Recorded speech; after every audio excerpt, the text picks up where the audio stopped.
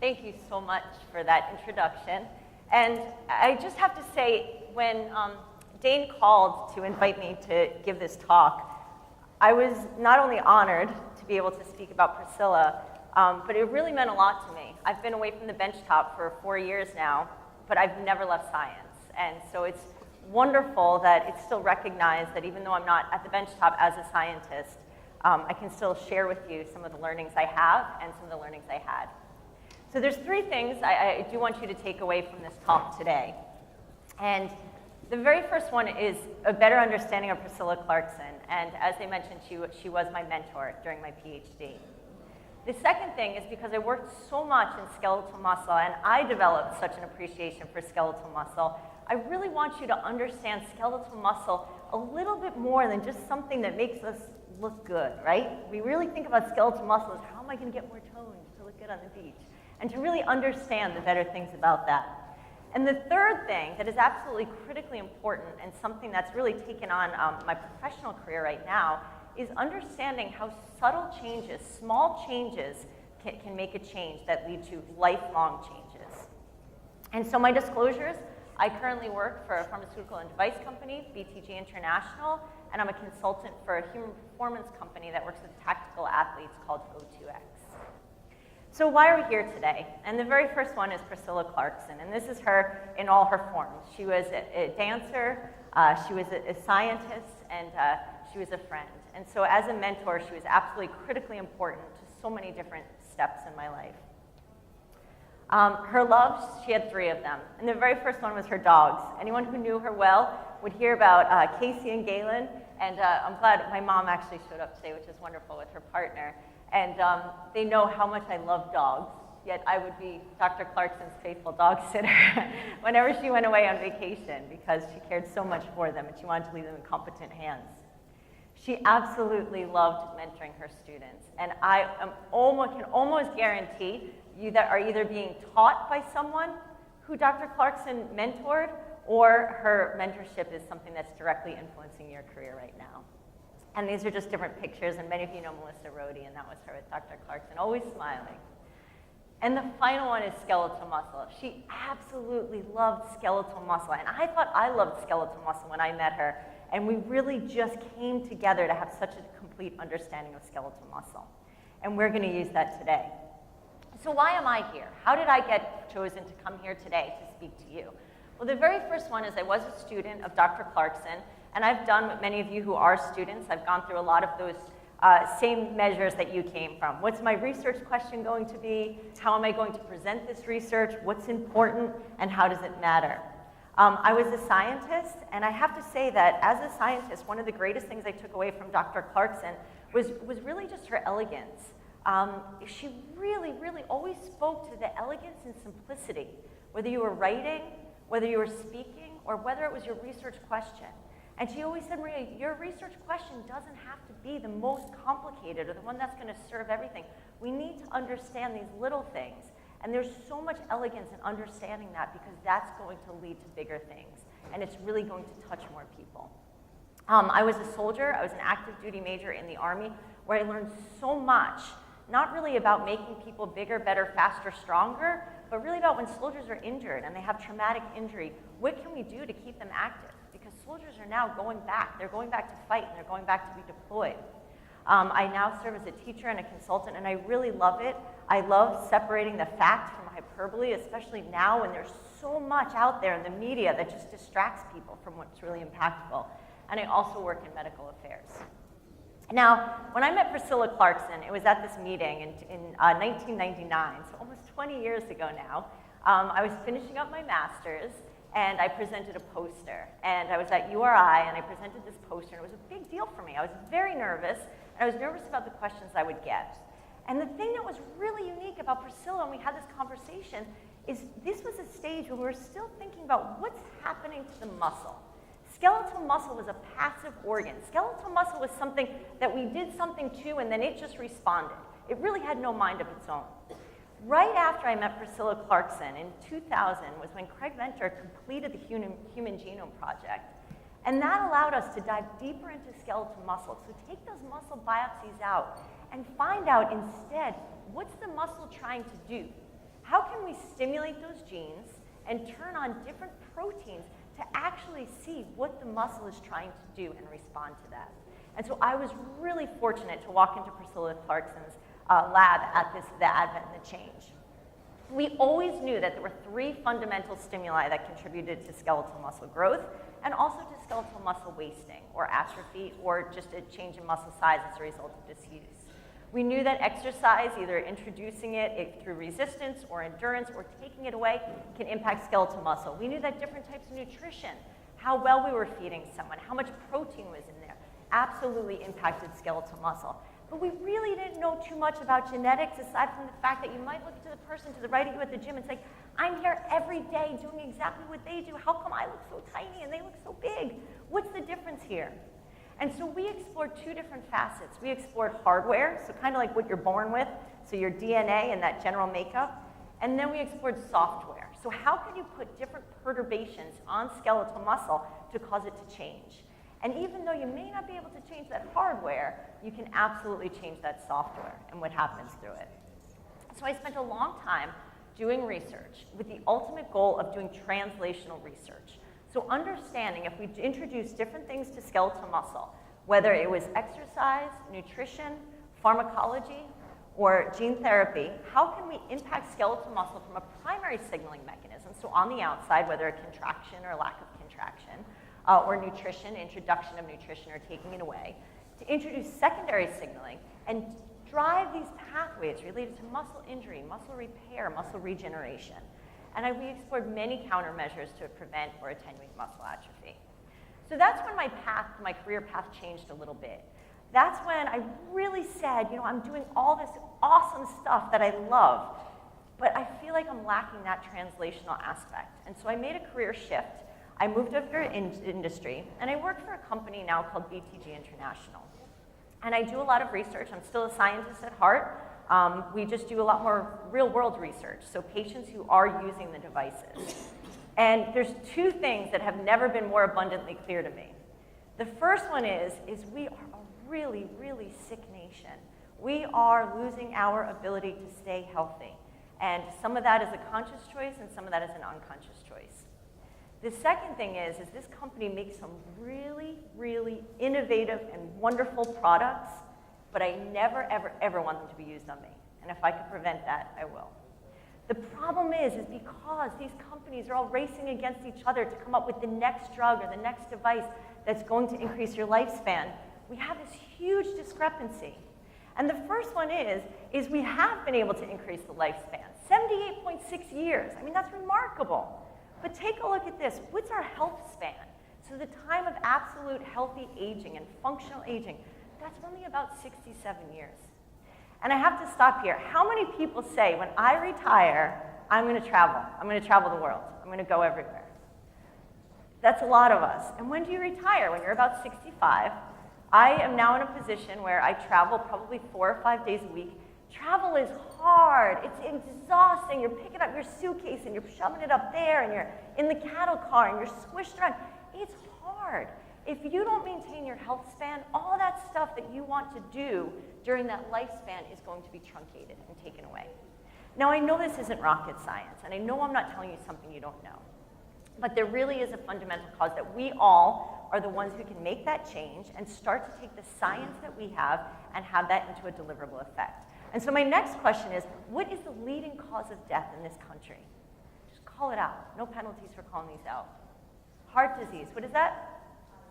Cardiovascular disease. How many people agree with that? Oh, good. I get to be a teacher again. You're all wrong. Okay. The answer is that's actually, everybody's wrong. Is cardiovascularly a leading, I'd like to call that an effect. And I love this concept of it, is cardiovascular disease and stroke and everything else, all this sickness that we're seeing is really an effect. The cause, and the title of this talk, is feet, forks, and fingers. And the rationale is the underlying cause of premature death in our country comes from bad use of our feet, so lack of physical activity, improper use of our forks, or too much use of our forks, and fingers. Holding cigarettes, or now we're vaping. And this comes right out of, and I love that this was published in JAMA right in about 1993, because that's when I started college. So I started when I wanted to be a doctor, and I wanted to understand the human body better. So this was published 25 years ago, this paper, and it said us, McGinnis and folks, they looked at this list, and they said there's 10 factors that account for almost every single cause of premature death in the United States, and they're all related to tobacco, diet, and physical activity, 80% of that. So if we can change the way that we use our feet and fingers, possibly, we can increase that health span and reduce that. So like I said, it's not rocket science, right? We have to do that and not that. And I always laugh, I saw this picture, and I was listening to the radio the other morning, and they had callers in it, and the wives went away for the weekend on like a girls' weekend, and so they were having the husbands call in to say what they were doing, and I just was amused because they were pretty much saying this in the thing, and it just cracked me up that they get a chance to do that. But it's not rocket science, really. This is what we need to do, but we're not doing it. The problem is we're not doing this so well. And I love this article. This was published about 2 years ago. Crash test dummies are obese and fatter just like many Americans. And I've put a dotted line on this, this graph right here. And that's when that JAMA article was published that said to us, hey, everybody, we figured it out. It's not a drug. It's not anything else. We just have to be better about our physical activity. We have to be better about our nutrition. And we have to stop smoking, and we're going to do wonderful. But since that article was published, yeah, we're doing really great that overweight has decreased a little tiny bit. But look at obese and extremely obese. So we're really not doing so well. And the problem is we know that exercise and obesity is actually associated with a reduction in activity of the prefrontal cortex. And I don't know about you, but the idea of 50% of us, right? I showed that 50% of the country is obese, having shrinking brains by 2030 is actually quite frightening to me, and I hope it's something that doesn't actually happen. So now, let's fast forward to 2009. So we had this hypothesis. We took an hypothesis from JAMA that said, bad use of our feet, bad use of our forks, and bad use of our fingers can help us do better. And so now we have this article from Ford that said, actually, if we can do this, we can reduce chronic disease. And so I wanted to take this, this message and talk about skeletal muscle. Because if we look at these factors, if bad use of our feet, forks, and fingers accounts for 80% of premature death and chronic disease, the optimal use of them will eliminate up to 80%. And if we can optimize skeletal muscle, which I think is the root cause of many of these maladaptations, then we can be doing much better. And take a look at it. So those of you who are not familiar with the lifespan and aging and how profound skeletal muscle atrophy is, these are data just looking across the lifespan. So look at about age 50. And as you know, creatinine excretion is actually a marker of loss in skeletal muscle mass. And we can see an approximate 50% reduction from the age of 50 to 90 in skeletal muscle. And that's accompanied by a reduction in basal metabolic rate. So as a result, you're going to be more likely to put on weight because muscle is not metabolically active. And I don't know if any of you have seen these images, but these are cross-sectional images of the vastus lateralis from young adults and older adults. And here we have the young adults on the bottom, and you can see lots of skeletal muscle and just a little bit of fat. The body of an 80-year-old has lost 50% of its muscle mass, and this is all replaced by fat in here. And the idea is if we regenerate this muscle and remove the fat, we can give an 80-year-old body the composition of that of a 50. So we're not saying 20-year-olds, we're just saying we can stall that aging process. And the thing is bone gets so much attention. I am sure that each and every one of you who has had a physical in the past year, your doctor said, calcium and vitamin D. We have to worry about your bones, calcium and vitamin D. But what if we were losing this much bone at this much rate? It would really be such an impactful thing. We would be so frail, we wouldn't even be able to sustain a mild fall. And this is what's happening with skeletal muscle. So to pull the talk together, I'd really like to highlight a few things.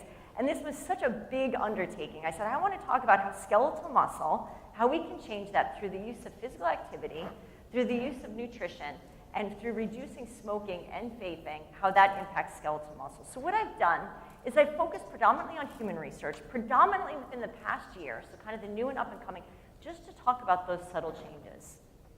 So can physical activity in older adults stave off or even reverse muscle weakness, restore signaling levels, so signaling molecules, increase protein turnover, so this includes stem cells and satellite cell activation, and improve mitochondrial health? in older adults. So let's take a look at this. So this is healthy skeletal muscle. Now, any of you, we exercise, right? We put a stress on that muscle, and that stress is transformed through the muscle membrane. It activates inflammatory cytokines, which kick off all those myogenic factors, which tell us which proteins to make, how much to make them, growth factors.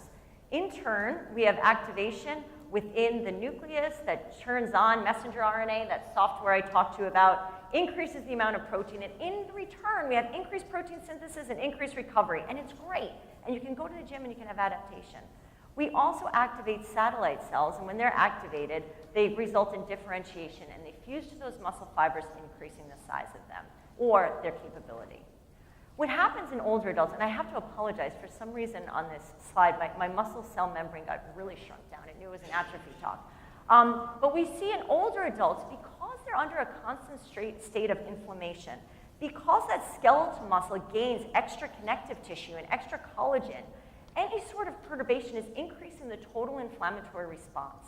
And instead of it being a natural inflammatory response, we have downstream effects within the skeletal muscle that lead to decreased translation of those proteins, decreased activation of growth factors, and we already kind of have, I say, the satellite cells sort of lost their mojo. They're not quite able to be activated. They need a lot more drive to them, and they're not able to be activated and differentiate into skeletal muscle. But we know, and I have to share these data with you because this was one of the first studies that I worked on, and it was actually how I met Dr. Clarkson. I presented this poster. This was the poster I presented when I was at URI. And what we did, we looked at frail elders, so 75 and older, and had them participate in resistance training for just 10 weeks. Took muscle biopsies before and after. And what we found was insulin-like growth factor expression from just control individuals who did nothing during that time, so baseline in black and week 10 in blue. So you can see actually the control lost a little bit. The IGF-1 expression increased substantially. But more importantly, and more what we care about, that change in strength increased 100% to almost 200% as a result of exercise and nutrition. This is frail older adults, simple 10 weeks of an intervention. So satellite cells, where do they come in? And I love to talk about this because we never really think about how our body's turning over. You know, we hear about atherosclerosis, we hear about what happens to our arteries, but the thing is, and we see it on the outside, right? You know, as we age, we're losing the collagen in our skin, and our skin starts to get a little bit, you know, it gets taken over, and the type of collagen, it's not as resilient. The same thing is happening within skeletal muscle. And the reason why this is such a problem, if you take a look at this, this is uninjured muscle in young and old. This is our capillary right here. And then here's our muscle down here. And what you can see underneath here is this is our little satellite cell, and it's underneath this connective tissue.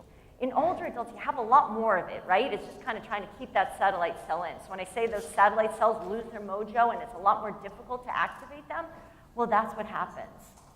And you also have a decreased secretion of these activation stimulatory factors.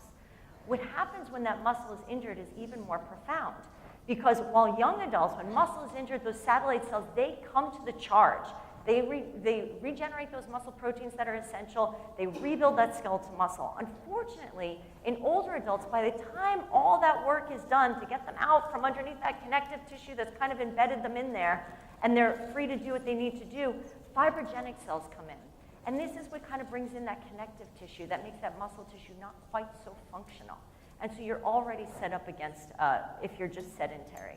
So if we can prevent the loss of muscle stem cells, we know we would lose neuromuscular degeneration at the neuromuscular junction and decreased rate of atrophy. And proof positive, these data published from Verdick and colleagues showed that muscle fiber cross-sectional area before and after exercise training, well, there wasn't an absolutely profound increase. Look at the satellite cells and type 1 muscle fibers as a result of over-adult training. An absolutely, almost a twofold increase in the amount of satellite cells and satellite cell activation. And that's just a result of simple 2 days a week resistance training. So how do we do it? I took these data from a Cochrane review. So let's do an entire meta-analysis of all these published papers. So this is over 6,000 participants. I didn't just cherry pick one little paper for you and say, so-and-so says to do this. This is over 6,000 participants. And what they show is about, we want to maintain this, so 50 to 53 weeks, okay? You can't just do it once and let it go if you're an older adult. 2 sessions per week, that's it, 2 sessions per week, 2 times, that's not a lot to ask. 3 to 5 exercises, but they absolutely must incorporate the large muscle groups, okay? Again, it's not rocket science, it's nothing too profound. 2 to 3 sets per exercise. Here's the clincher though. This is what we know in older adults, and as I said, we really need to do a little bit more to get those satellite cells activated and to get those muscles regenerated. 70 to 79% of your 1 rep max. So that's pretty high. That's pretty high, and I can tell I have a friend right here who told me they went to a personal trainer and they weren't going back the next day because they were very, very sore. I said, no, you absolutely must go back. That's the best thing that you can do for yourself. And 7 to 9 repetitions for sets and 60 seconds rest in between sets. It's really not that much. This really isn't. We're not asking someone to spend hours upon hours in the gym to make this happen. It's really just a subtle change. Now, I've talked about the strength aspect of this, and it's very important to appreciate, and I love this. I always say this is why marathon runners don't have enormous thigh muscles, right? Is we have 2 very distinct pathways that are operated or activated when skeletal muscle is being put under stress. So we have our strength pathway that really drives protein synthesis. That's the main goal. So let's put on more skeletal muscle proteins, and let's increase the size of that skeletal muscle. We turn on AKT, we turn on mTOR, and we increase the actual protein and the size and the amount of it. When it comes to the endurance pathway, though, or when the muscle is kind of sensing a nutrient deprivation, we then activate the AMPK kinase pathway. And this is kind of our, fight or flight response type of thing, our survival mechanism that says, wait a minute, we're not going to actually put on muscle protein and muscle size that's highly metabolically costly, and we're using a lot of our calories right now to do the activity that we're doing, so the endurance exercise. And it turns off this pathway, but it stimulates mitochondrial biogenesis. And this right here is why we see our marathon runners and they don't have super large muscles, is they are undergoing protein synthesis, but they're just building mitochondria. They're building what they need. They're building the machinery that's most important to them and what they do. So mitochondrial health is absolutely critical in aging because the mitochondria, beyond what we learned early on in physiology, but this is what's governing aging and how that skeletal muscle adapts.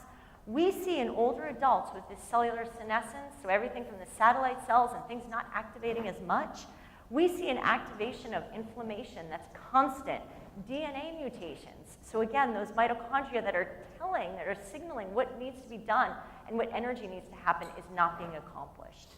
So this is really what happens to us in aging. When we are healthy and we're young and our muscle is being used, the mitochondria gets an impact on it, it gets a stress on it, whether it's exercise or high intensity, and we have autophagy. Autophagy is a beautiful, beautiful thing. It says, let us take these proteins that are kind of dysfunctional or they've been damaged, and we're going to package them up in this perfect little lysosome, and we're going to have a nice controlled release of them from the body because we don't really need them right now. What happens with aging, autophagy is absolutely destroyed. We cannot activate it very well. And so instead, we have apoptosis. And I say apoptosis is like that wrecking ball. Instead of neatly packaging up those proteins, it just takes those proteins, it fragments DNA, it throws everything around. We have motor neuron death, and nothing is done in a clean and nice fashion. And that's one of those things that leads to that fibrosis that I talked to you about earlier. And so the end result is we just have muscle wasting, we have the inability to activate that skeletal muscle, and we have sarcopenia. So it's not just about not putting a load on that muscle, but it's also about the change in the mitochondrial function. And I love this study. So this was actually published under one of my colleagues who worked with Dr. Kent Braun, who I believe Dr. Kent spoke yesterday. But Ian Lanza's lab this came from. And what they did was they did a proteomic analysis of skeletal muscle in older adults. And this is kind of where that extra little step comes in. And so they did a proteomic analysis of older adults who underwent resistance training. And they found that at rest, compared to young adults, that the proteins related to mitochondrial health were, yes, lower in older adults. We already knew that. They had them undertake resistance training and then high-intensity interval training, okay? So going back to that where I said, we need a higher level to kind of trigger that older adult skeletal muscle. And what they found, while 185 muscle proteins were higher with resistance training, actually 267 of them were higher with high-intensity interval training in the older adults. So that's a pretty impactful change, showing that that's, again, the type of exercise that works. So I know that this is only a couple of studies that I've highlighted in a short little summary of it, but can physical activity stave off or even reverse muscle weakness? Absolutely yes, if it's the right time. It can restore levels of signaling molecules, and it can increase protein turnover, including stem cells and satellite cells. And finally, it can improve that mitochondrial health. And so, I always have to connect this back to the reality of this and say, well, let's see who's doing that. And I'm sure many of you have seen this woman in social media. She's 80 years old, and this other woman is 80 years old too. And I love that it says both of them are 80 years old, and your daily choices can govern, how you age and how you change. And so if you possess a greater proportion of skeletal muscle to total body mass, it's proof positive that you can increase survival and recovery rates from disease states. So if that's not enough, and I like this kind of as my take home, and I always use this when someone's like, well, I don't want to put on too much muscle. I said, well, you want to lose weight, don't you? And we also know that from a metabolic standpoint, skeletal muscle is so metabolically active. So remember when I showed you 50% of your muscle mass is lost, and that change in your basal metabolic rate, think of how many calories per day that you're burning, whether or not you have the fat or you have that muscle, and how that's going to lead to a reduction in disease. So to wrap up the feet aspect, let's move on to forks. And I know I've heard that everyone wants to hear about the nutrition, and I love talking about this, and I hate when someone sees me working on slides on a plane because they'll ask a question and it'll just go on and on and on. I said, we're going to end up talking the rest of this flight. But the impact on nutrition, on the regulation of skeletal muscle mass, to me is so fascinating, but it's really so simple. And let's talk about that a little bit more. I love this quote from Dr. Katz. It says, there's more than one way to eat badly, and the American public is committed to exploring them all, right? Absolutely, flat out. I can't even understand, I can't appreciate this. But this is what bothers me more. We are so focused on what food doesn't have in it. I'm not eating gluten, I'm not eating GMA, it has to be organic, it can't have fat, it can't have corn, it can't have this in it, it can't have that. So I just kind of laugh, like this is your bowl of water, you might as well have like white ice. That we're so focused on what it doesn't have in it, that we stopped focusing on what food does have in it.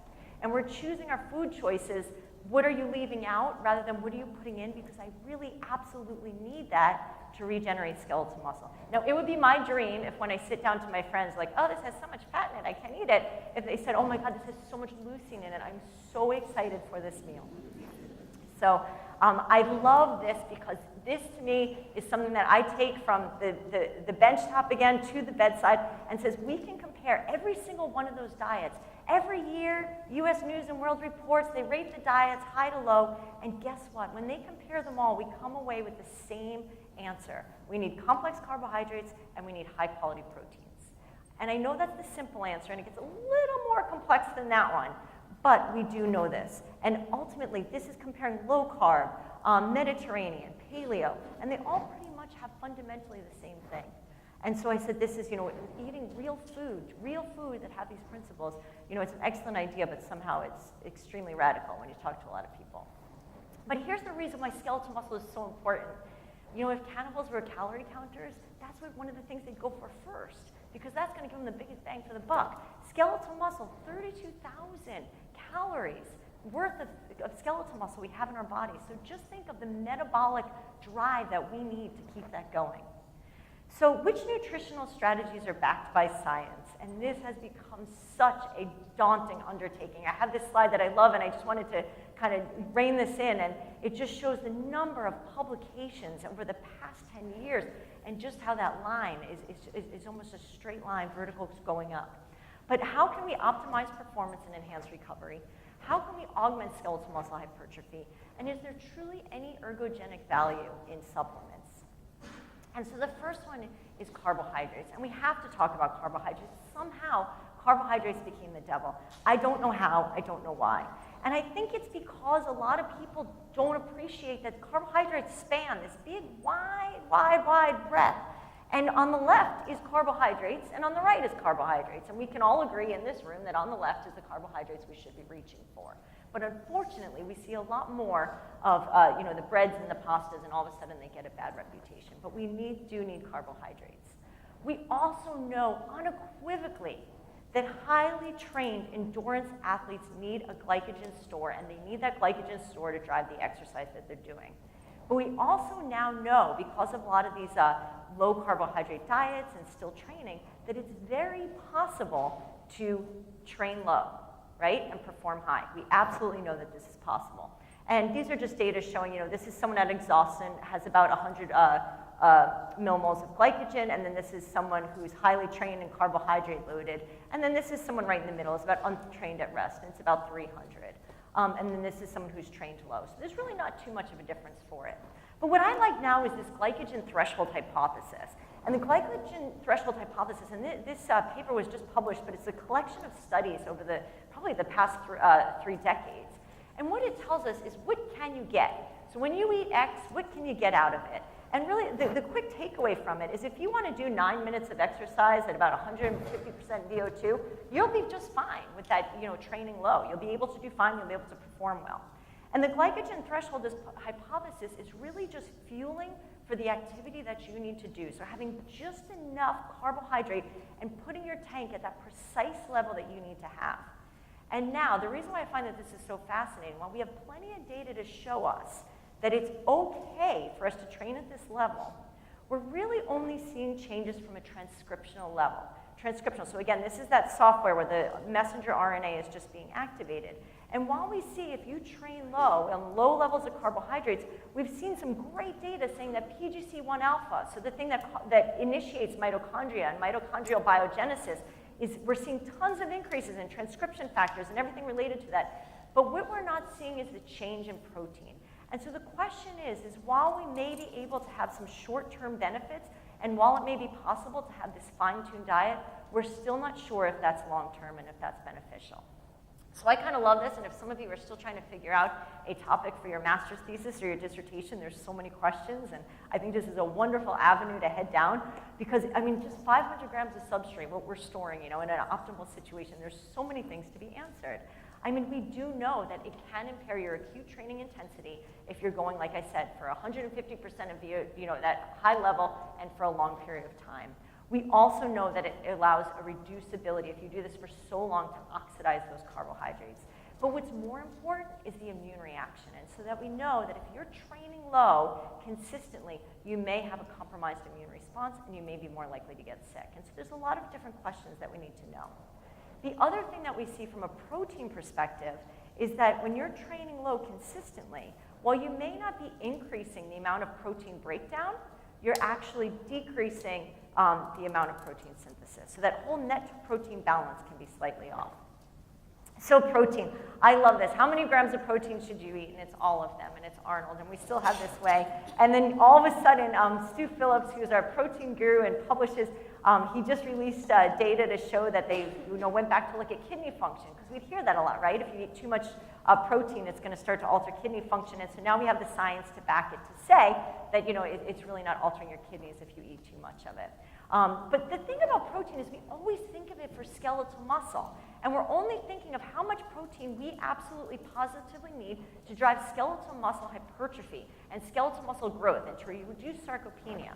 But what we don't consider is how much we need in the gut and the blood for enzyme production to create antibodies. Antibodies are proteins, so our immune response.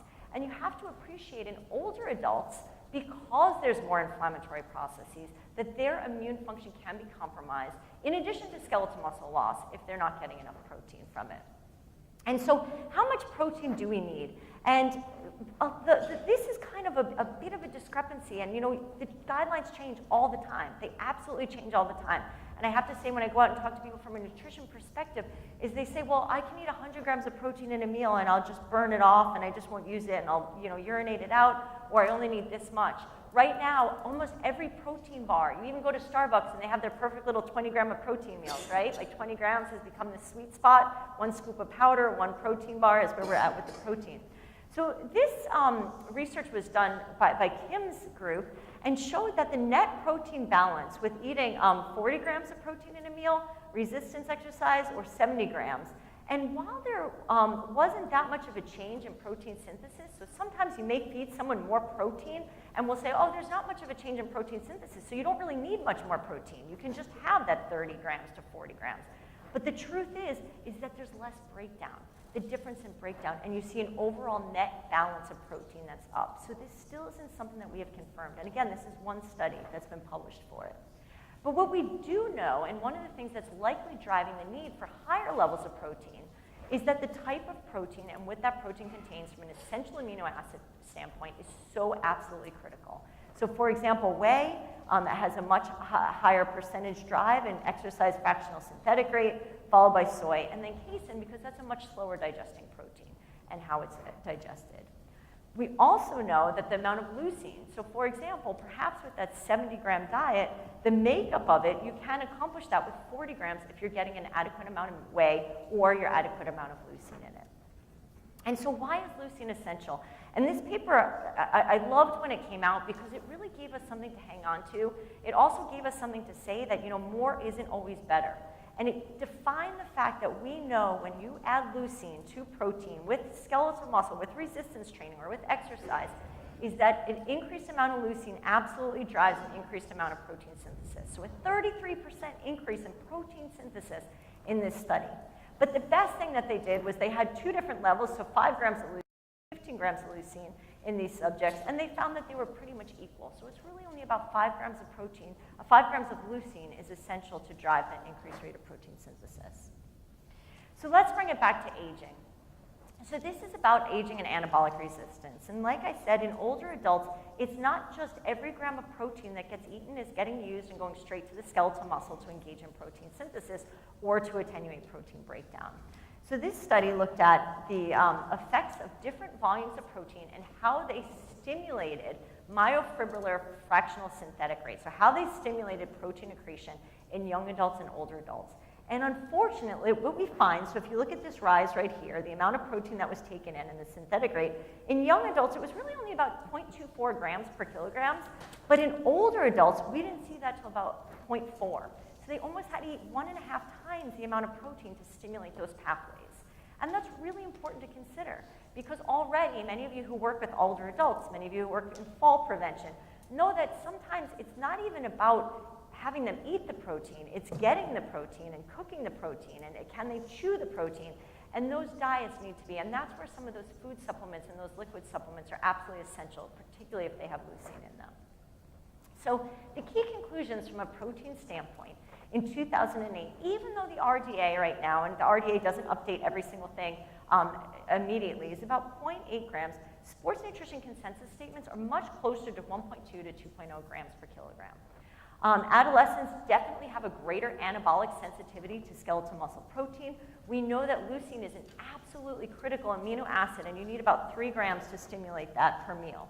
And protein requirements vary with age, disease state, body weight, and protein timing with exercise is absolutely critical. So let's talk about, is there truly any ergogenic value in dietary supplements? And this is one of my favorite things because there is so much of it. I mean, this is just never ending. And I love this little infographic, and we have delicious on the top, disgusting on the bottom, real superfood on the right, and all hype on the left, and it's still wrong. So, they published this infographic, and they said, oh, well, you can eat blueberries, and they're delicious, and they're great for you. And we have kimchi and gluten-free flour is all hype, and it's disgusting is the way it has in it. But the problem is it really used to be so easy, right? It's just, oh, I'm just going to take a multivitamin. And I love this time point because in 500 BC, before we did anything, before we got all into this whole thing, it was, you know what, we're going to eat 9 kilograms of meat, 9 kilograms of bread, and we're going to have alcohol before a game, right? Before a match, they were wrestling with lions, so, the alcohol was probably an effective thing.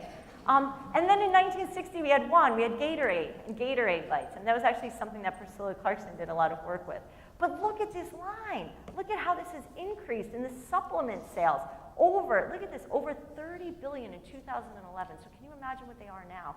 And I have this right here because this line right here is DSHEA, and that was when DSHEA was passed in 1994, where these supplements can just be put out there. They're not regulated by the FDA, and we don't always know what's in them and what people are taking. And I love that because this was just published. Did everyone see this in JAMA last month, in October?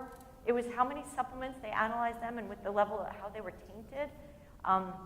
And this is really interesting. So I've only put a few of them up here, but we have muscle building supplements, weight loss supplements, and sexual enhancement.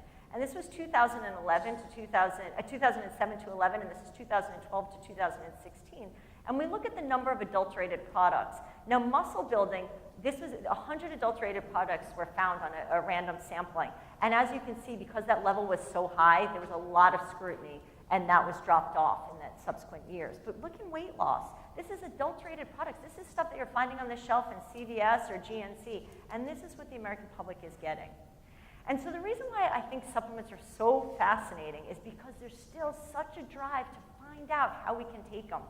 This was the first big project I worked on with Dr. Clarkson. It was when I first started with her. And she was asked by the Journal of Toxicology. This was antioxidants were really big. Right around 2000, they were putting antioxidants in everything, from our face cream to what we're drinking to what we're eating. The more antioxidants, the better.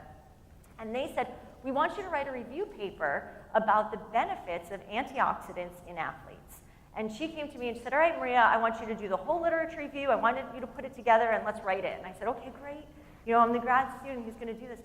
And I remember I just kept getting turned around. And I went back to her. I said, Dr. Clarkson, this isn't working. Everything I look at where they gave antioxidants to athletes, it actually didn't help at all. There's nothing there.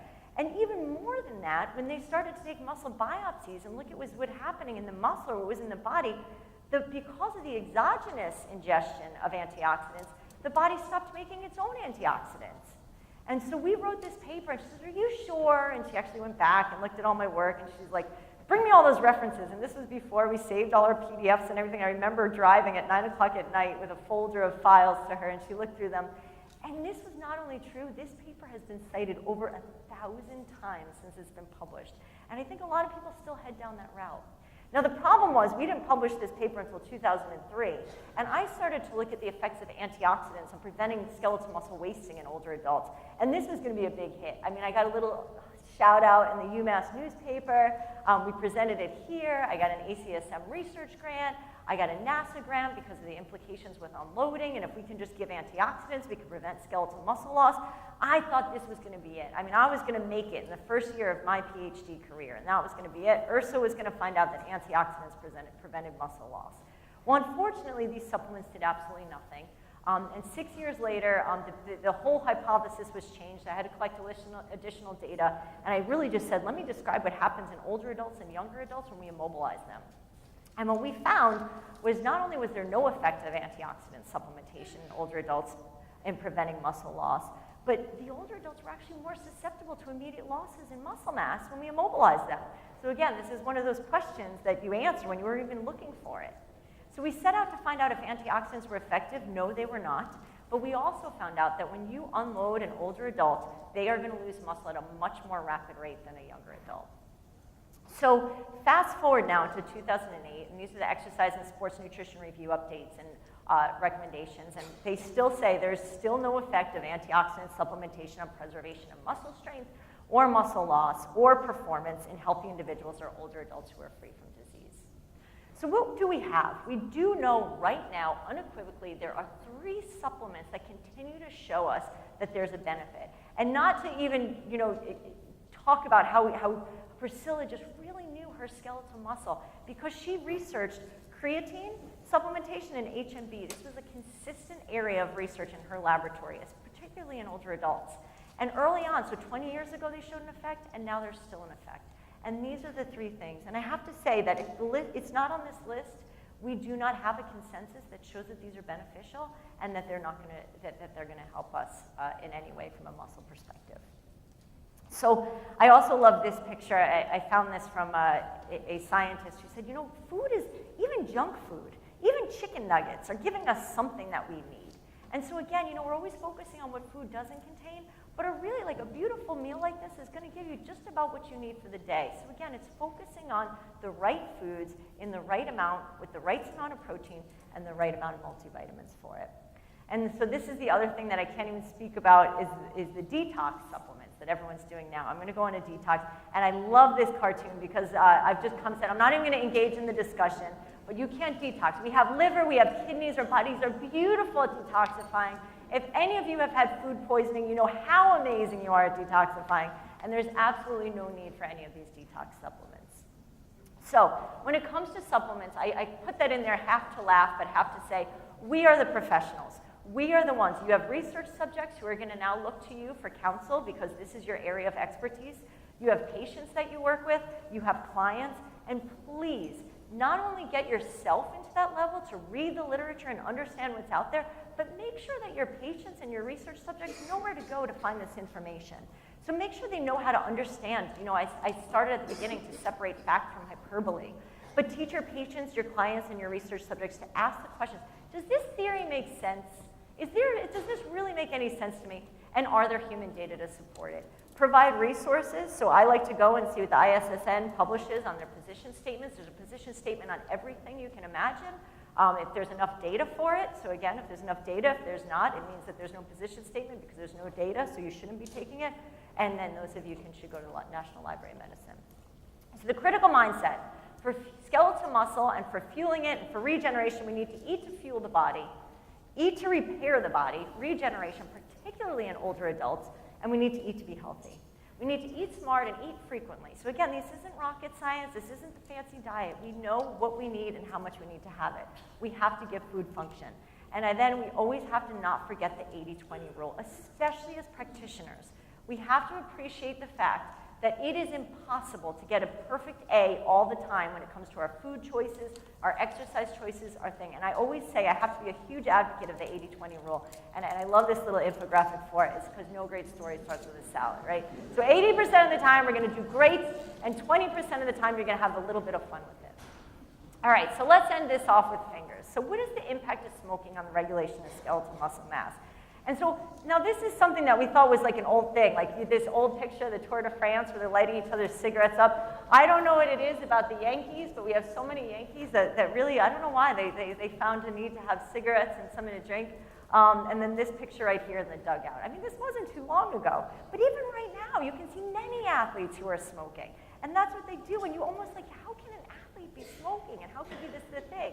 And I actually thought that this is out of favor, but when I travel to, sometimes in the South, it's more prevalent, or into places where it's so much fun, you just realize how much smoking still has a tether on us.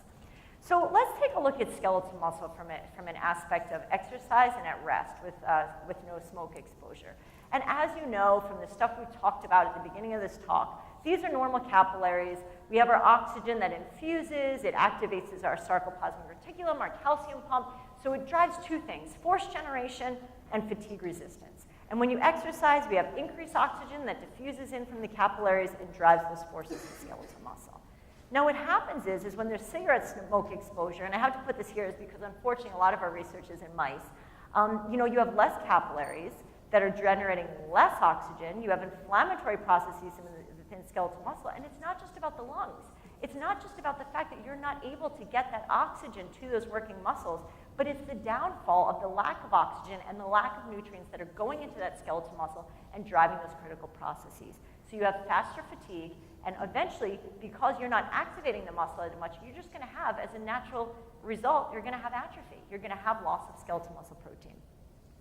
And I like this one too. I spent a lot of time investigating skeletal muscle atrophy.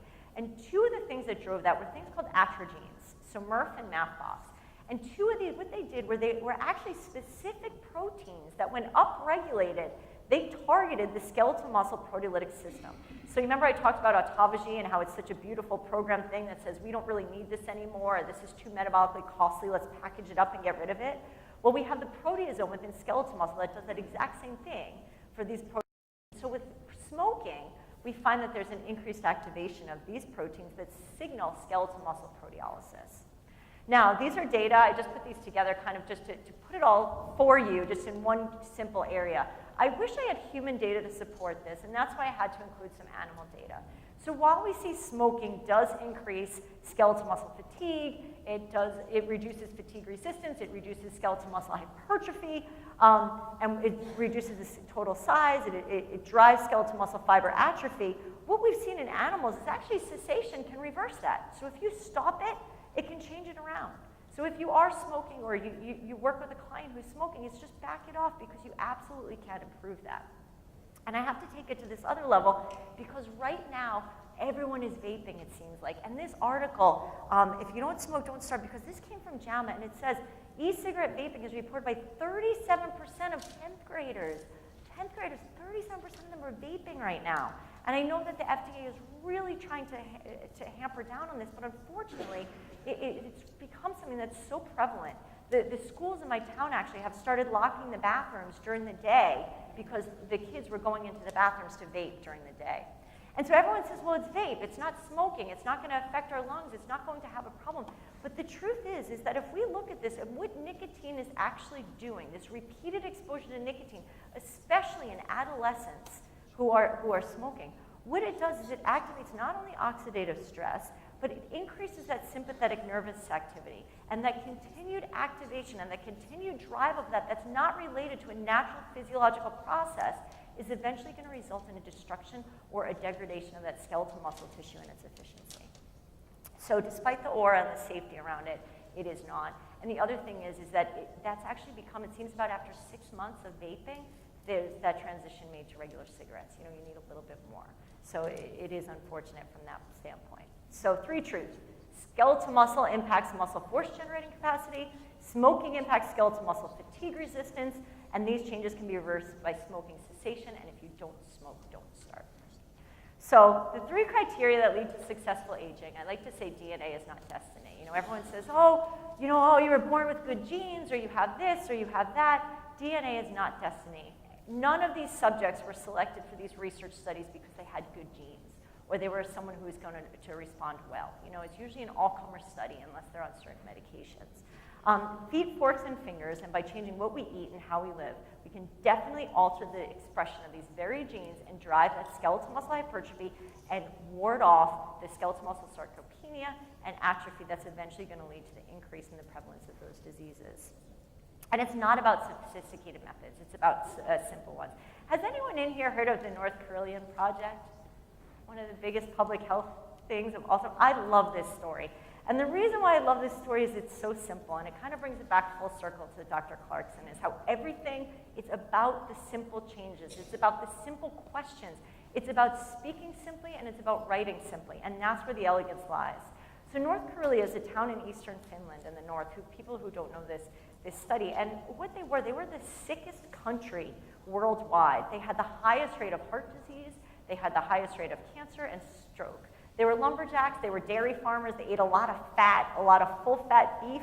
They really didn't do much, they didn't have really a very active lifestyle, they were smoking a lot, and so a very fat, and so a very, very, very heavy and rich diet is what they followed, a lot of cream and a lot of butter. And so what happened in about 1970, they sent a very young doctor there, and I love the fact that it was a young doctor because they knew this was a big project and it wasn't just about going in and making a change in 2 seconds. He was going to be there for a while. And what he did was he asked them to make very small changes. So they went to the supermarket and they put less fat in the meat. They had some people stop smoking. They increased physical activity. Now remind you, there's no CrossFit boxes here. There's no treadmills. This is like a northern foresting town in eastern Finland. They don't have access to anything fancy or anything great. Just small changes. Stop buttering your bread. Very small things. And what they found, and so this started in the early 1970s, and if you look at the start of the project, there was about 700 the all-cause death from it. And look at the reduction. Now, I told you, it took a long time. It took about 30 years for us to see this profound reduction. But can you imagine a 62% reduction in all-cause mortality? 79% of that was due to cardiovascular just by doing that small changes. There were no gyms, there was no protein bars, there were no special supplements. That's what they did, there were small changes.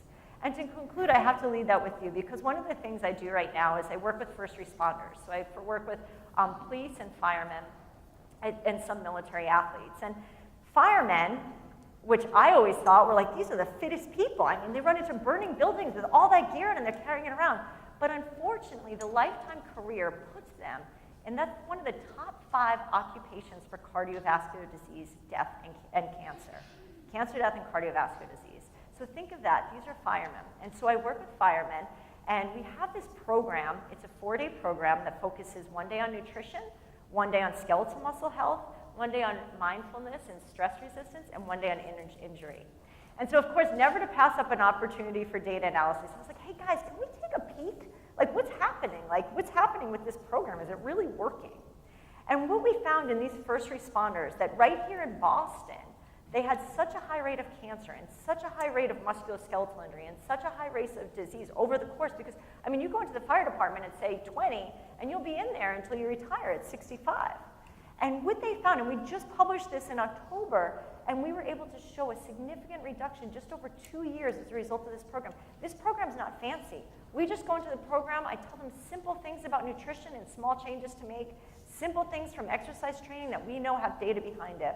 And again, so it's really about those small changes. So with that, I'm just gonna end that it's all about the health span and adding life to your years.